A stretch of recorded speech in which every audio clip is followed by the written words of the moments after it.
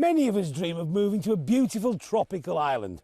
Well, that's exactly what one couple from Leeds did more than a decade ago. But instead of just sitting back and relaxing, they set up an animal sanctuary on the island of Phuket in Thailand. But they ended up paying a heavy price for their decision. Back in 2003, Gill and Gill Dalley from Leeds moved to the tropical island of Phuket in Thailand after taking early retirement from their jobs in Leeds. But actually, that's when Gill's real work began. You couldn't walk 10 yards down a street without seeing a dog in the most terrible, terrible condition. There's probably around 50,000 dogs total. That would include stray dogs, community dogs and own dogs. So Gill went on a mission to control the number of dogs in Phuket by sterilising as many as she could. Dogs that we can't pick up easily, we chemically blowed out them with an anaesthetic. It was always a tough job, but then one day it changed Gill's life forever. We're here at the location where the accident, for want of a better phrase, happened. I'd done a recce here. There were several dogs that I wanted to pick up. One of them in particular, I'd already sussed out that she was not friendly and I knew she'd have to be blowed outed. After the dog was hit by the dart, it shot off into this field, which was under about 18 inches of water at the time. Gill was worried about the animal, so she followed it into the flooded field. By the time I got to her, she was just starting to go down under the water. So I got to her in time and I kind of half dragged her under her armpits from roughly where that shack is over there to all the way back to the road here. Gill had managed to save the dog, but a few days later she started to feel a terrible pain in her legs. I said to John, I have to go to the hospital. We took her down to the hospital. Literally, she went on a trolley, and while we were there, her legs literally started to change colour from pink to grey. Whilst they knew it was a water-based gram-A negative bacteria, whatever that means, that was as far as they could find out what it was. Her walk in the wet field to rescue the dog had given Gill an infection called septicemia. The blood leaves the arms and the legs and goes to help all the vital organs, the heart, the liver, the kidneys, etc., fight whatever it is that's attacking you. But winning the fight against the infection meant that Gill had to have both legs amputated below the knees, and she returned home in a wheelchair. Gill left hospital in December 2004, just 3 days before the Indian Ocean tsunami hit Phuket. It badly damaged part of the island and left Gill with yet more bad news. About 10 o'clock at night, we got a phone call to say that my best friend, Leonie, had been taken by the second wave. Well, that kind of finished me off. But Gill knew she had to get her life back, and that life was helping the island's dogs, animals which are sometimes badly abused. Right, what we're seeing here, and you won't want to film this operation, it's an amputation. These are not infrequent. Machete attacks are common, gunshot wounds, throwing acid at dogs, boiling liquid on dogs, you name it, we see it. Mainly it seems to be young men. It could be in some cases the dog is being annoying them, maybe chasing the motorcycle or something. Sometimes it's just drunkenness.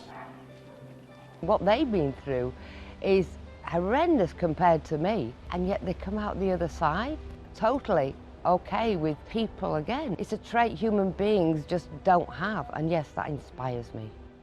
But if Gill was to go on helping the dogs, she had to learn how to walk again. And for that, one special dog helped her. Yes, you are. You're my princess. This is Gill's blind old dog, called Ginger. Whenever Gill went upstairs on her knees, Ginger would walk step by step with her. Until finally Gill could do it on her own, with 2 artificial legs.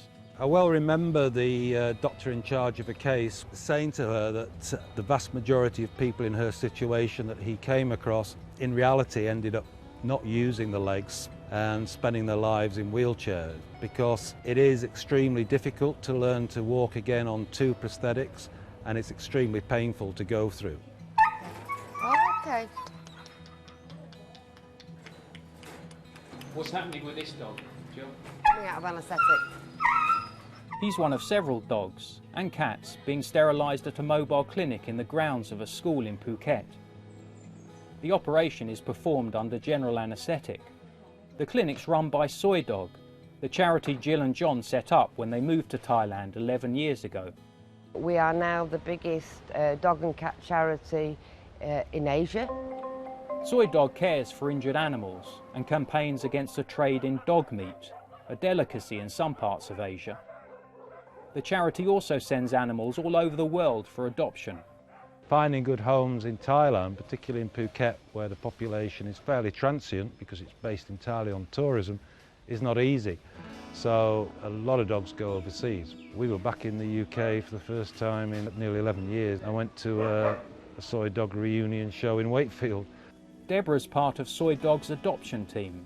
As a Yorkshire lass myself, we kind of have a bit of a reputation. We don't take any nonsense. Whatever knocks you get in life, you pick yourself up, brush yourself down and carry on. It's the Yorkshire spirit, really. That's what Jill has shown. She's definitely a Yorkshire lass through and through.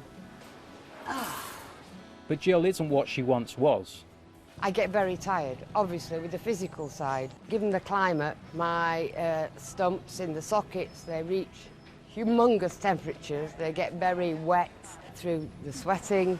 And yeah, come the end of the day, they're damned uncomfortable. Never mind, I'm too busy.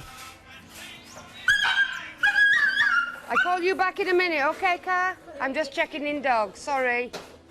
She's able to organise the mobile clinic, but her new legs aren't great for catching dogs. Hello. Nowadays, if one ran off into danger, there's not much Jill could do. Balance-wise, I find it difficult to carry heavy dogs. Given what happened to you, would you go back into the field again to save the dog? I doubted that dog, and if I'd have chosen not to go in, she would have died, she would have drowned. So if the price I have to pay is to lose my legs, yes, I'd do it again. Disabled people in Thailand tend to be hidden away. They don't go out anywhere, they don't do anything, their life ceases to be. But that's not how Jill sees her disability. There is going to be some children, I think, coming over to Mobile this afternoon, and I'm going to take the opportunity to show them that life doesn't stop when something bad happens to you. Now Jill wants to raise the money to build a hospital for the animals. The plans have already been drawn up. It will be the best animal hospital for dogs and cats in the whole of Asia, trust me. And there's no doubting she has the will to make it happen.